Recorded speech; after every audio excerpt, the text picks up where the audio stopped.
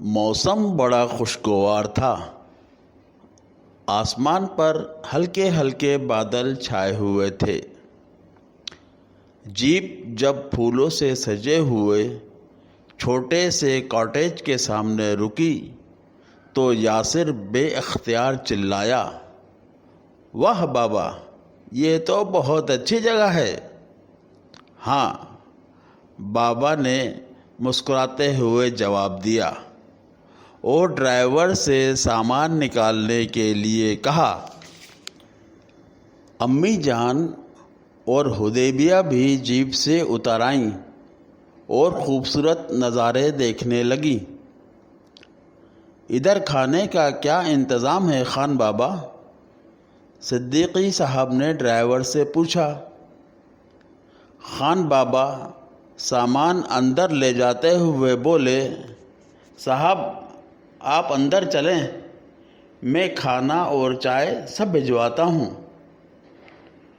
Cottage نما یہ چھوٹے چھوٹے سے گھر یہاں رہنے والے مقامی لوگوں کے ہی ہیں، خاص طور پر سیاحوں کے لیے ہی بنوا کر سستے داموں کرائے پر دیتے ہیں۔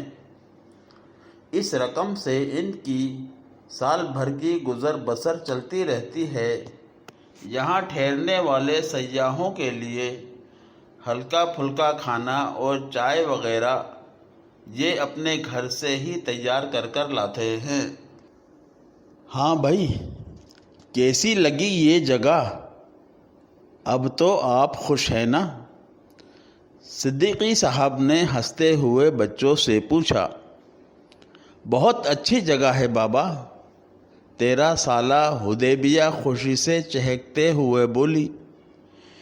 اتنا خوبصورت نظارہ ہے اور باہر سڑک کے دوسری طرف جھیل بھی ہے۔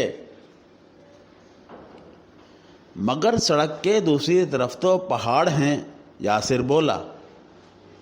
نہیں، جھیل بھی ہے، میں نے دیکھی ہے، حدیبیہ نے پھر بولا۔ اچھا بھائی، اب تم لوگ تھوڑا آرام کر لو، سفر سے تھک کر آئے ہو، شام کو سیر پر چلیں گے، امی نے بچوں سے کہا۔ اس سال گرمیوں کی چھٹیوں میں یاسر نے امی ابو سے فرمائش کی تھی کہ وہ اس بار کسی چھوٹے سے پہاڑی علاقے کی سیر کرنا چاہتا ہے۔ یاسر 6ٹھی جماعت کا طالب علم تھا اور ایک محنتی اور ہونہار بچہ تھا۔ بابا نے اس کی یہ فرمائش پوری کر دی اور وہ چند دن کی چھٹیاں منانے وادی حنظہ کے چھوٹے مگر خوبصورت سے گاؤں کی سیر کو آئے تھے۔ شام کو وہ لوگ آرام کر کے اٹھے تو ایک مقامی شخص شام کی چائے اور بسکٹ وغیرہ لے کر ان کی خدمت کے لیے آ گیا۔ شاید اسی آدمی نے ان کو یہ گھر کرائے پر دیا تھا۔ اس کے ساتھ 8-9 سال کا ایک چھوٹا بچہ بھی تھا جو کھانے کی ٹرے اٹھائے ہوئے کھڑا تھا۔ یاسر نے دلچسپی سے اسے دیکھا، مگر اسے محسوس ہوا کہ بابا کے چہرے پر اس بچے کو دیکھ کر ناگواری کے تاثرات چھا گئے تھے۔ انہوں نے بچے سے ٹرے بھی نہ لی بلکہ اسے گھورتے ہوئے بس ٹرے رکھنے کا اشارہ کر دیا۔ یاسر کو دکھ ہوا کہ اس کے بابا غریبوں کو پسند نہیں کرتے۔ اسے پہلی بار یہ احساس ہوا۔ یاسر نے بچے کی طرف دیکھا۔ وہ ایک سرخ و سفید رنگت والا ایک پیارا سا بچہ تھا جو معصومیت سے اسے دیکھتا چلا گیا۔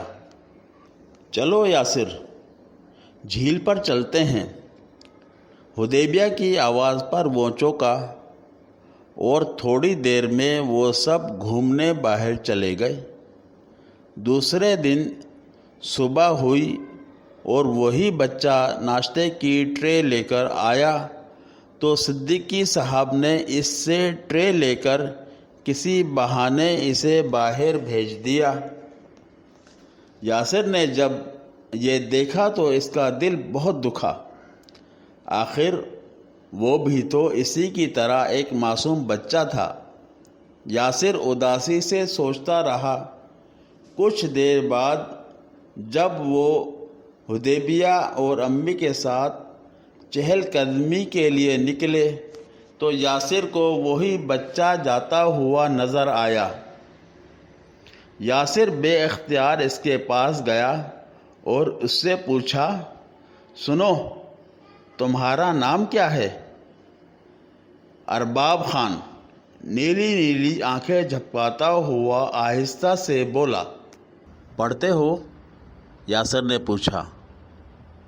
نہیں، کوئی پڑھاتا نہیں، ارباب خان نے معصومیت سے جواب دیا۔ تو پھر تم کیا کرتے ہو سارا دن؟ یاسر بیٹا آ جاؤ۔ امی کی آواز سن کر یاسر واپس پلٹا۔ اس کا دل چاہ رہا تھا کہ وہ ارباب خان کی کسی طرح مدد کرے، کچھ پیسے یا پھر اس کے وہ کپڑے جو اس نے کم پہنے تھے۔ وہ سوچتا رہا۔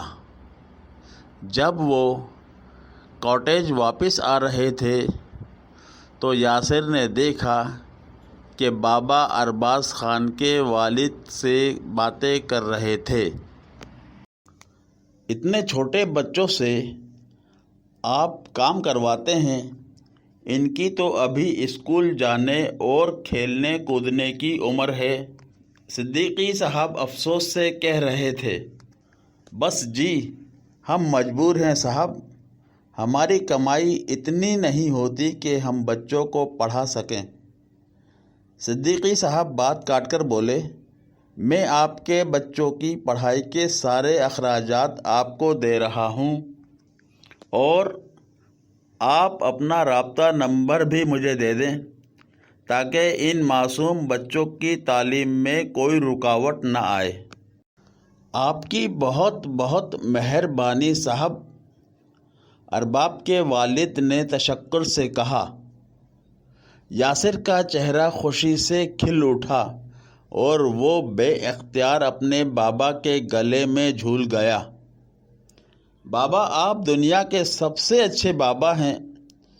اس کی بات پر سب بے اختیار مسکرا دیے۔